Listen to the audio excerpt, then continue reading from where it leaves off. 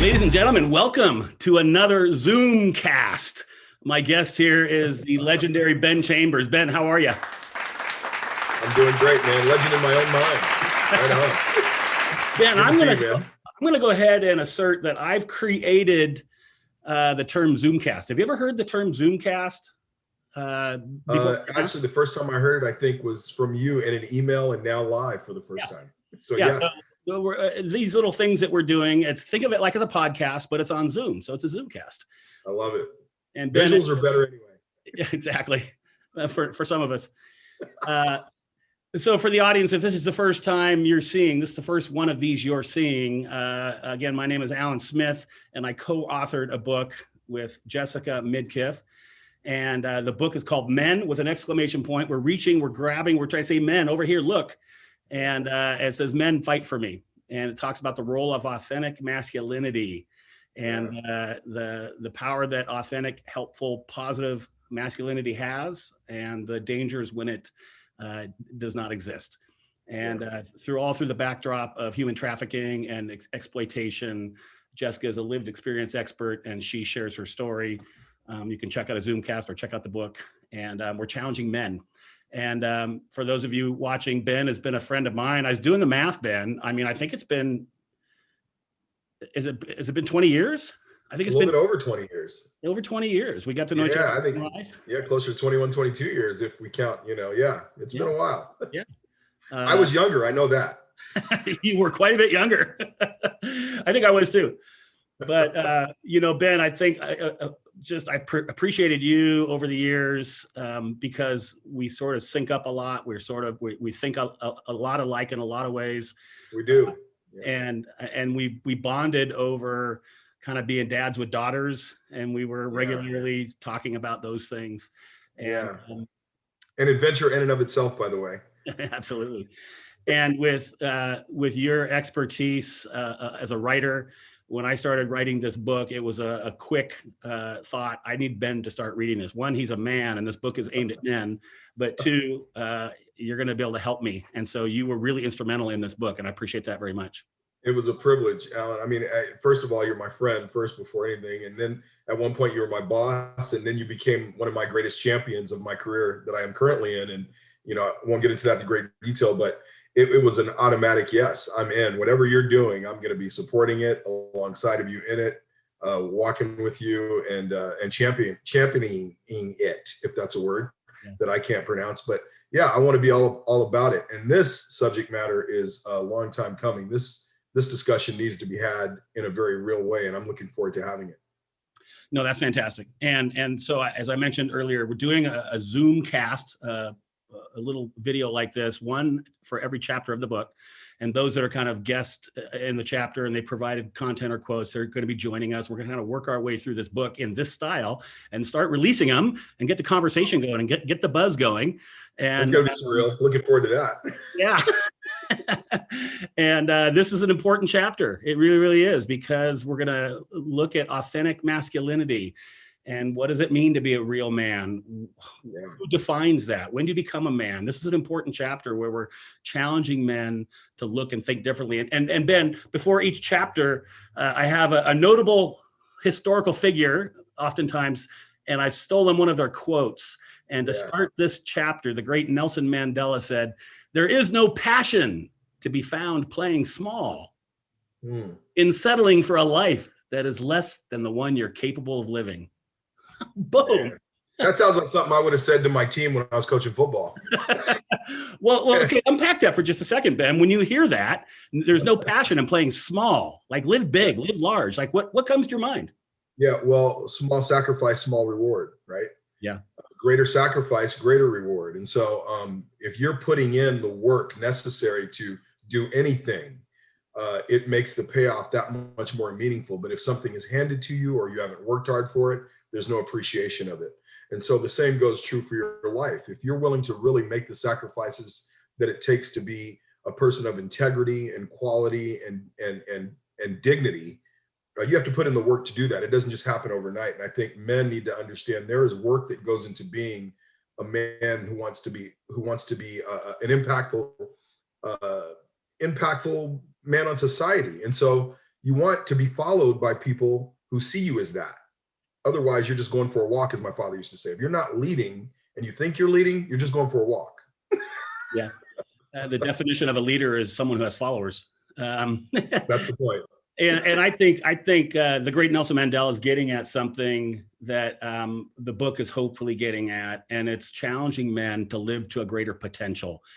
Like, the old sports cliche, like leave everything on the field. I think a lot of men are living in such a way where we could do better.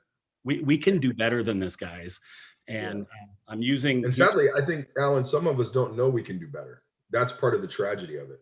Could be. Because we know fatherlessness is a big part of that for a lot of younger men. But not knowing you can do better and then being told that would hopefully inspire you to go, wait, there's more than this life I'm living. Wow. And that's hopefully what this book will do for some guys. Yeah, it's kind of interesting the way that we've arranged the chapters, because in the book there's an introduction, chapter 1 kind of thing, and then there's 2 chapters, really hard-hitting, phenomenal chapters of 2 different survivors of child trafficking, sex trafficking, sharing their stories from different perspectives. It's really, really powerful. Then right behind that comes this chapter that we're talking about right now, where we're talking about authentic masculinity, what it means to be a real man. You're thinking, what does that have to do with child trafficking or sex trafficking? The answer is everything. Yeah. You look at it as the raisin in the oatmeal. It's like, what is that doing in there? And then all of a sudden you go, wait, put more raisins in here. We need more raisins in the oatmeal. This is actually good. So this is the raisin in the oatmeal that seems like, why is it here? And then you're going to go put some more raisins in the oatmeal. That's hilarious. Yeah. I mean, and the realistic thing that I've seen here is that the biggest part of the problem of human trafficking and sex trafficking is men. They're by far the most buyers. They're by far the most sellers. And something has gone horribly wrong with men in society where this is even possible. So that this chapter is trying to shake those guys a little bit, and all of us, and live differently, live stronger. Ben, I know you're a movie guy. You're an entertainment guy, former entertainment.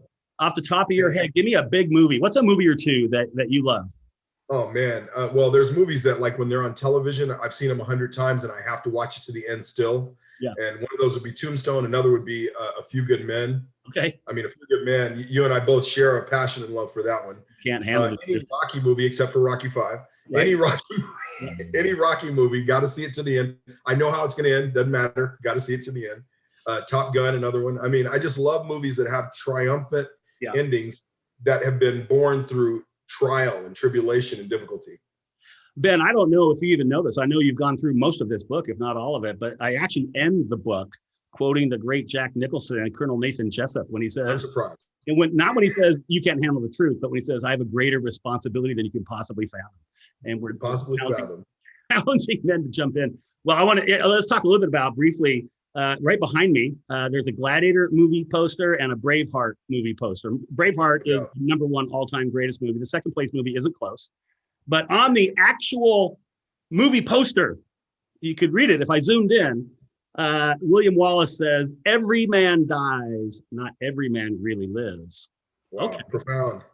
What's he saying? Is he saying you could be physically alive but not living? Yeah, I think he's saying you can be alive and you can kind of just, you know how when you go to the airport and there's walk-a-lators and you can walk or get on the walk-a-lator? I think that statement says that you're on the walk-a-lator if you're not truly living. You need to get in there and start moving. Move yourself forward. Don't let something else move you forward. And I think that is a picture that I came up with when I heard that quote. I said, yeah, I choose the walk-a-lator every time because I'm lazy. But if I really, really cared about my health and wanting to get to where I'm going quicker, I would use my feet and move myself there. That's pretty funny. No, that's great. And then the poster right next to it, Gladiator, Maximus Decimus Meridius. And it was just off your tongue. As a matter of fact, I literally was just this morning in between things. I saw it was like the second half of the movie was on. I watched it for a few minutes. Hilarious. But he says, what we do in life echoes in eternity. What do you think when you hear that? Well, I tell you, if I knew that when I was a younger man, I probably would have had a better outcome to the way that I parented, to the way that I treated my wife, all of those things. I had to learn through trial and error. But if I had thought that way, I would have said, hey, my actions now impact like the future and even maybe eternity. I would probably enter into it a little bit less casually. Well, you know, and I just said, you know, we have a greater responsibility than you could possibly fathom, Nathan Jessup. Right. And I think this is kind of speaking to that, literally what we do in our life as actions, as men, will echo in eternity. And you can interpret that however you want. I think of it, when I hear that, I think of it has eternal lasting. It has eternal ramifications. And how you love your wife and how you love and parent your children. And then they will then pass it down to their children. And there's an echo, there's a ripple effect. I throw a rock in a pond and all these ripples, it keeps going. That's exactly right. It's a reverberating effect, right? And that's kind of, if we lived with that trajectory in mind, that what I do now is going to impact what happens later, as opposed to living in the moment, as the world would tell you, hey, live in the moment, go for the gusto. But you have to think about what impact is this going to have down the road. And like I try to teach my sons and my daughters, think about what you're doing, not only what you're doing, but how that's going to impact what happens on the other side of it. And if we consciously thought about that in the way we lived our lives, maybe we'd make some different choices. Yeah, absolutely. You know, I don't know if you know Brody Carroll. Do you know Brody by any chance? I don't. Brody Carroll. Well, you might. You've been in the same place as him. He grew up in Santa Clarita, was part of Santa Clarita Young Life, and anyway, he's a 25-year Secret Service agent, Secret Service veteran. Okay. Yes. Okay. Now I know who it is. Great guy, and he contributed something to this book that I absolutely loved. And for some reason, I wasn't writing a book, but he had said this thing, and I said, "Oh, that's incredible." And he said, you know, the day job of the Secret Service agent, when they're not protecting important people and doing all the things, talking into their sleeve, you know, and running after a car, putting their lives on the line and all that stuff. Right. When they're not doing that stuff, kind of to fill their spare time, they're trying to break up counterfeit currency rings. Right. They work with the Treasury. Right. And he said this. He said, listen, the way we do that job is we spend 90% of our time studying the real thing, the authentic bill, and only 10% the counterfeit.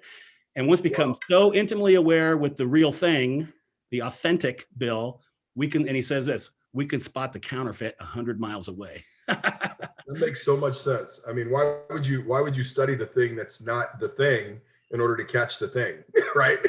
Study what it's not and then what it's supposed to be. I love that. That's practical. It really is. And that's some of the approach that I'm taking in this book, because there's lots of brutal examples of terrible masculinity and terrible role models in the news. We see it every single day, whether it's sports or politics or entertainment or just the guy next door. We see terrible examples all the time. So let's not spend too much time at that. Let's spend some time looking at the authentic thing, the real thing, the real bill. That's good. And Alan, to your point, there is so much focus placed on the inauthenticity of man, right? And the flaws that we have, that we don't even know what the alternative is because no one has lifted it up. No one has displayed what the alternative is. It's just don't do that. Well, then do what? Right. And that's kind of what this book is saying. Not only don't do that, do this. Exactly. In this chapter, then I do go in and spend a little bit of time talking about the things that I did raising my own son, Trevor, who you know. And in chapter, fine young man. Yeah, in chapter 9 of this book, Ben, you participated, and as part of the let's examine the authentic thing, I got about 6 or 7 really great men from different walks of life, and they're all sharing like a couple of paragraphs of what it is to them is authentic masculinity. So that's going to be in the book. We're going to come back in another Zoomcast, and we're going to get as many of those guys as we can on this screen, and we're going to talk about that. It's going to be a great conversation. I love that. I'd love to hear their stories. It's pretty awesome. Especially Brody. Exactly.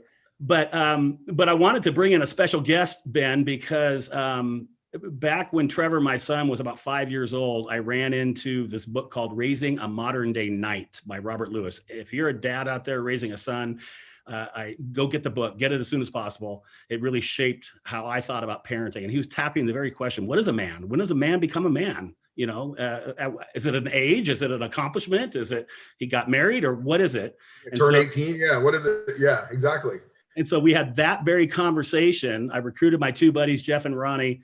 And look, we got a special guest. We're joined by Trevor Smyth. There he is right there. Yeah. How you doing, Trev?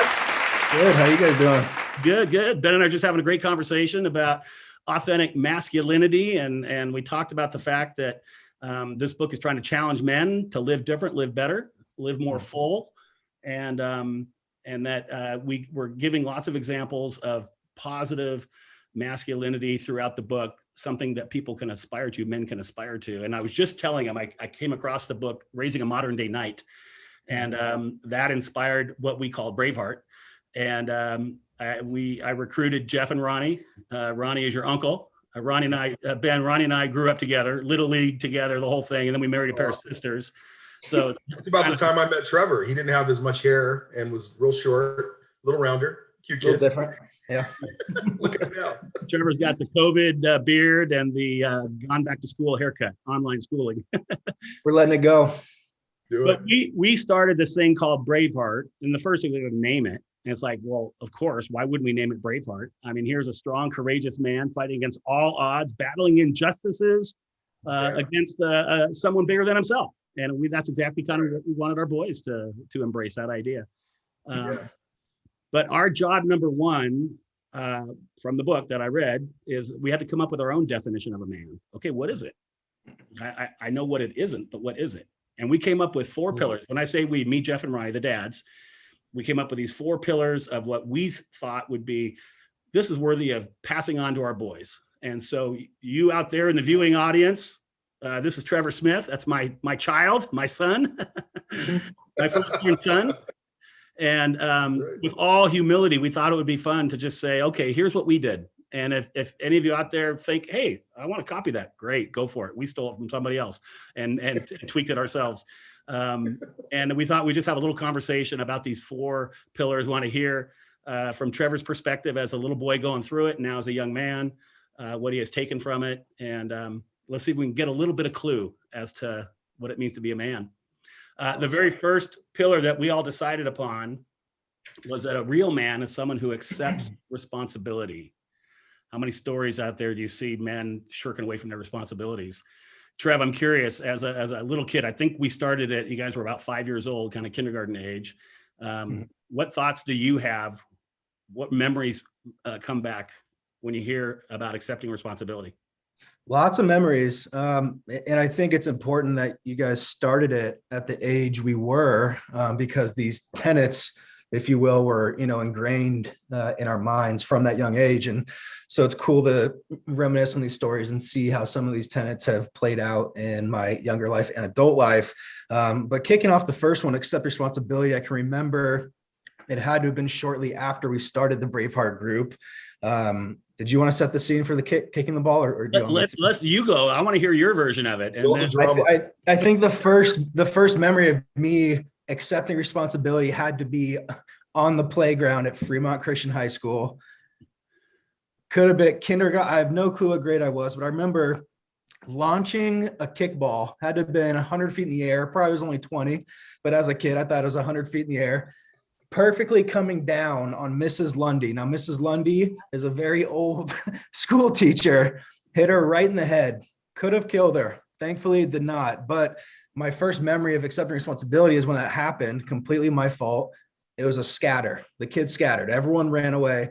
And I had that in the back of my mind of something happened because of me. It wasn't right. And so I proceeded to go up to her and ask if she's okay. And that was really the first at a young age, because of, these 4 tenets and talking about it at a young age, my first memory of, accepting responsibility.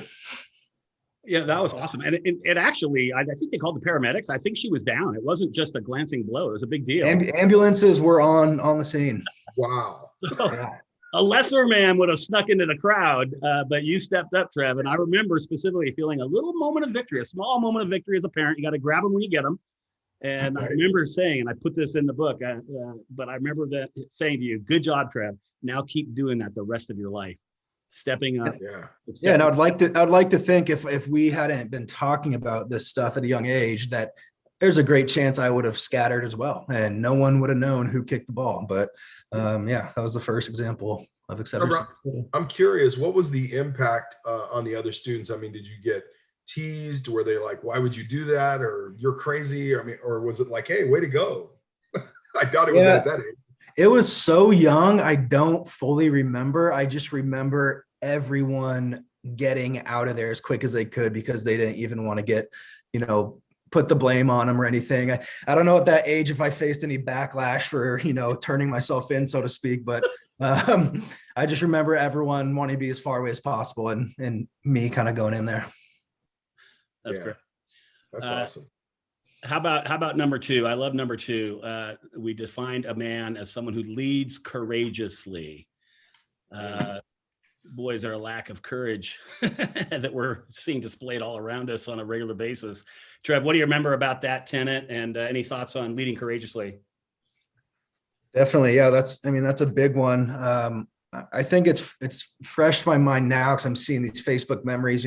They remind you of certain times in past years that are coming up. And a lot of the guys I went to school with, I got the chance to play football at the Naval Academy for the Navy. And through that, a bunch of my best friends who were even in my wedding were with me. And they then went on to become active duty military members and go overseas, Afghanistan, to Africa, all these different places. And it's more the mindset that we all had of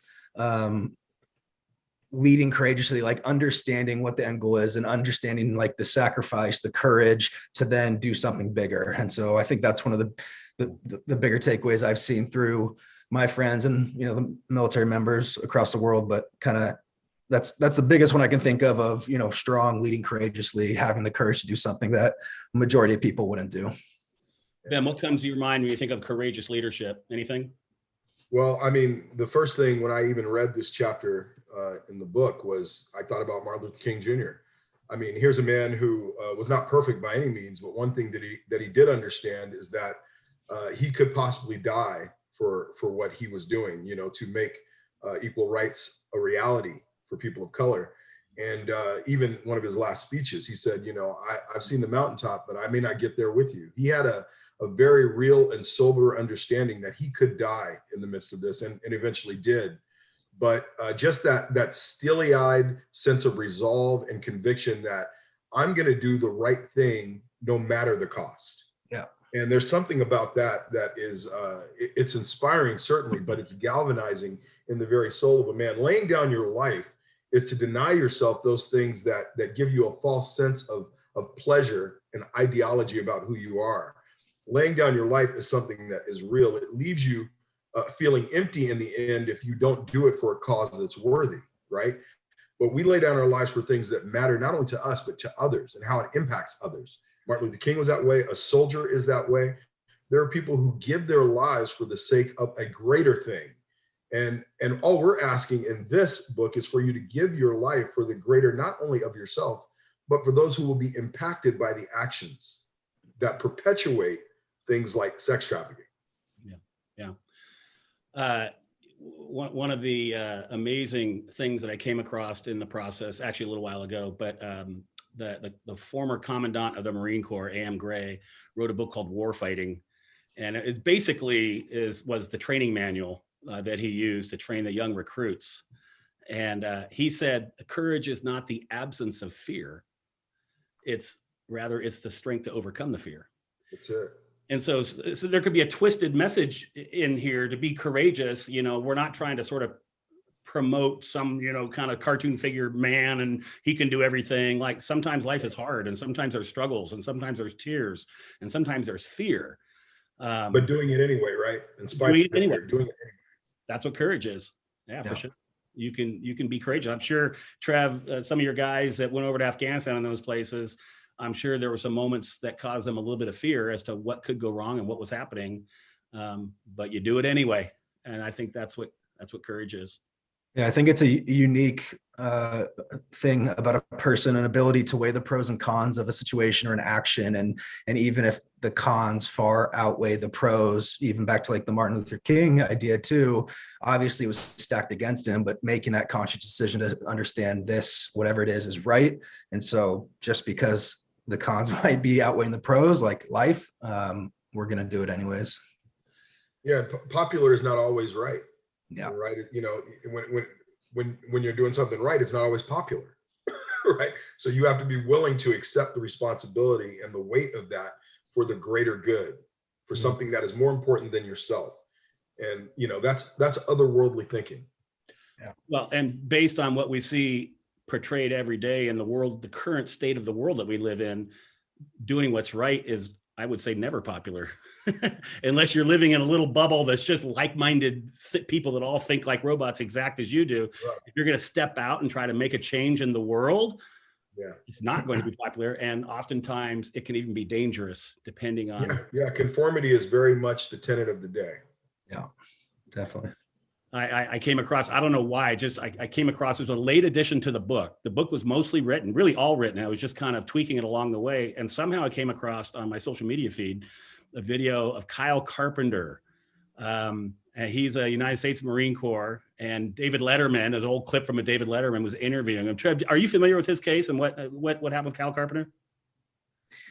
Yeah, he medal honor recipient. I forget which year it was, but in the last decade here, and ultimately, the act was jumping on the live grenade. You see it in a lot of movies, but this this was for real, and he survived. But going back to that, just that courage, I can't imagine. I know none of us can imagine that. Yeah, and I'm careful to point out in this chapter of the book. Very few of us will ever be called upon to literally jump on a grenade or something similar.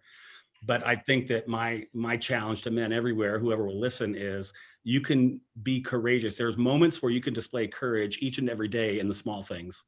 Right. So we're accepting responsibility and we're leading courageously. We're halfway there in terms of our definition of what an actual, authentic, positive man looks like. Number 3 is, he lives a life of service. He lives a life of service. What do we know about that? What do we know about living a life of service, Ben? Well, I know that, I think about,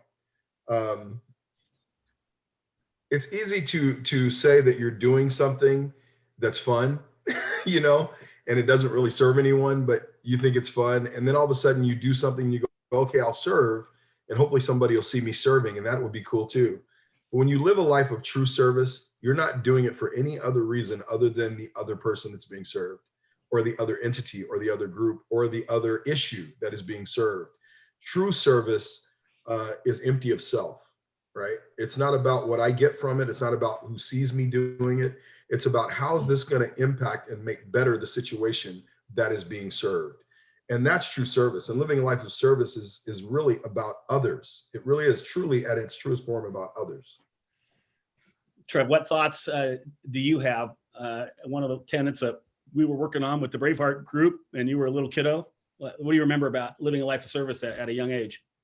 Yeah, I think the first thing I would think about is our annual house building trips to Mexico, usually around the Tijuana area. But looking at it from my adult life now, and in the concept of raising kids, I think that was important. The idea that service was a norm to me, and like we normalized, like that's just what we did. We had fun, and in the moment I was a young kid and I got to travel with the adults and play soccer in the streets and have the fun stuff. But I feel like a part of my brain was also realizing like this is kind of what we do, and this is how we want to keep doing things like this, whether it's taking our resources and helping the less fortunate or whatever it is. Just that concept from my mind as a kid of serving others and trying to get more of those experiences than not, just as you grow up. Yeah, no, that's great. Those trips, we went every year building a house in Mexico, was phenomenal. And then we were able to take like our family several years in a row. Trevor and Brittany and Sharon came with us a lot. Yeah. And, Trevor was running around, like you said, chasing the dogs and the kids and, just having fun and pounding an occasional nail. But one of my memories was I bought Trev a little toolbox. He had his own little tool belt and toolbox with some of the essentials, the hammer and, the pliers and some of the things, so he could kind of, be like the big kids, the high school kids were with. Right. And, Yeah. What I didn't factor in is that the young 5 or 6 year old Trevor Smyth is going to want to, he's going to want to go around and fix all the light switches and everything inside my house with the hammer. Which don't require a hammer, oddly enough. No, I did at the time. I was trying to live a life of service there at home. Yeah, nice work. Okay, let's wrap up. Pillar number 4. He understands that who he is more important than what he does. Trev, what do you remember being a little guy hearing about that? Yeah, I mean, that was a big one. Just like it quite literally says, what you do is not as important as who you are. And that's something interesting that I've been able to focus on or realize recently in my adult life. Quick backstory: I had been working for a massive for-profit company for the last 5-6 years, where they really stressed what you did was far more important than who you are. You're a number. You have to give us numbers, sales, all that. And then kind of in this time of me transitioning out of that and being able to stop and pause and get that sense back of who I am is more important than what I do, which has led me to pursue a much different path back in school and trying to go a very different direction than, that for-profit greediness of what am I doing as opposed to who I am. So that's been a big one for me, even up until my adult life now, and finding that again that I might have lost. Yeah. Well, and the work itself is surrounded by all the most popular, richest, famous entertainers and athletes in the world. And if there was ever an environment where what you did was way more important than who you were, it's that. Ben, you had some time in the entertainment industry. I mean, what do you know about that? Yeah, I mean, well, the entertainment industry epitomizes this mindset of what you do. What have you done lately? If you haven't done anything lately, no one cares who you are. And I happen to be involved, in radio, the radio side of it. I was on probably the most popular radio station in Los Angeles for 9 years, and it became very much about, what are your numbers? What are your rating numbers? How many people are listening to you? That's what determines what you get paid and where you go and who knows you and all of those things. And you start to basically measure your life by those things. And then you come up empty at the end of the day, because those things don't feed you, right? They don't feed you. They don't feed your soul. They don't feed who you are as a human being intrinsically. It's just the outside accolades that become pretty much, they wear thin after a while. And so I think, who you are is way more important, because you should be living out of who you are, not living to find out who you are. There's a big difference there. You live and you let other people define who you are, and then you become empty inside. But I want to live out of who I am authentically, so that when I do impact someone's life, it's from a real place. And so I left that career for that very reason. Ben, you cracked me up, because as we're social media friends, every once in a while you'll post a picture of you and Halle Berry, hey, happy birthday, or you and J-Lo, or whoever. A lot of celebrities. Yeah, there are a lot of celebrities out there, and that was my life, right? And that was all fun and it was great and it's fantastic. But when you start to get to the highest point of your career, yet feel empty inside, you start to question, what am I doing here? What impact am I really making on people's lives? And I felt empty inside. The more money I made, the more people that knew me, all those things, I just felt empty inside. And I thought, I've got to do something that matters for eternity, something that matters to have an impact on lives for eternity. And being on the radio, yucking it up and hanging out with celebrities was not it. No question. And I know us as dads, when we were kind of coming up with this, what we wanted our boys to know is both sides of it. Like right now, we've been talking about the successful side and the landmines that exist by the temporary applause and the false flattery that we get, and maybe the money that we get from being successful, to be careful of that. But it's also on the other side, is that we wanted our boys to know in their challenges and their quote failures along the way that would certainly come, that that doesn't define you. Who you are internally is way more important than what happens externally, whether it's the good stuff or the hard stuff. As dads, we wanted our boys to know we're going to be there no matter what, and hope that they would learn that and do the same thing. Okay, so what's that? I just wanted to say, just real quickly, failure is a good teacher, and you can't be afraid to fail. A lot of people are afraid to fail, especially men. But failure is a good teacher. You look at Walt Disney. Walt Disney failed 300 times before someone invested in Disneyland. And the very guy that invented the light bulb, Thomas Edison, 1,000 times he was going at this thing. And 1,001, the light came on. We'd be sitting in the dark if he didn't stick to it, right? So failure can be a good teacher, and men are afraid to fail, but failure can be one of the best teachers in your entire existence. Yeah, no kidding. Well, and then part of this little Braveheart group, so we met on a regular basis, and then we moved to LA, Trevor and I did, so we only met once a year for a while after that. We were meeting all the time. It was a lot of fun. But we identified a theme verse. Trevor, I'm going to put you on the spot. Do you remember our theme verse from the Braveheart group. Remember it well. 2 Timothy 4:7-8. Fight, faith, finish. I fought the good fight. I finished the race. I kept the faith. Now there's in store for me the crown of righteousness. I don't think I can actually forget that if I tried. Right. Yeah, no, for sure. And we love Carved on his heart.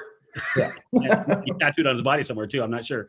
But, we love those 3 action words that Trev called out: fight, faith, finish. And so we were always coming back to that group, talking about fighting a good fight. What is a good fight? Are there fights worth fighting? Finishing what you start and have a faith in the middle of it. That was a good verse for us. So those are the 4 pillars that we defined. Those of you out there that are watching, you might add something to it. You might take one away. You might like it as is. There's some flexibility here. This was our definition of a man, and we tried to drill it in to our young boys. If you practice these, and some you'll be good at and some you'll fail at, and you keep working at it, revisit it. And as a real man, an authentic man, is someone who is practicing these 4. He's accepting all the responsibility, not only for himself, maybe the greater community that he serves, maybe even the nation or the world. Take some responsibility that's even technically not yours. He's leading courageously. He's having courage in spite of obstacles. You could be afraid and courageous all at the same time. He's living a life of service, serving others, give your life away. And then he understands that who he is way more important than what he does. Go have a successful, incredible life, make a lot of money, do a lot of great stuff. That's good. But what's most important is who you are in the middle of it. And that's what we hope to project to our boys. And then I finish that chapter and I say, do this, guys. Live it out loud. Teach your boys to do it. Your future daughter-in-law and your grandkids will thank you for raising a good young man, a strong man who does those things. Any closing thoughts? We have just a minute. Any closing wrap-up thoughts from either of you guys? Yeah, I would say, surrender your will. And that's an active thing, surrendering your will. In other words, deciding that you're going to do things differently. You are deciding, because if you don't surrender your will will surrender you. You will then surrender under something that you have no business surrendering to. So surrender your will so that then really, really great things can start to happen in your life. Don't let other things cause you to surrender. That's a deep thought. You're like the Yoda of masculinity right there, throwing some deep knowledge on us. This is going to conclude this Zoom cast of chapter 4 in the book, Fight for Me, Men Fight for Me. Head over to fightforme.net and get all the information on the book, place to buy the book, and interact through a blog and some other things that we're doing. Thanks, guys. Trev, really fun to have you on here. Ben, always a pleasure to hang out with you guys.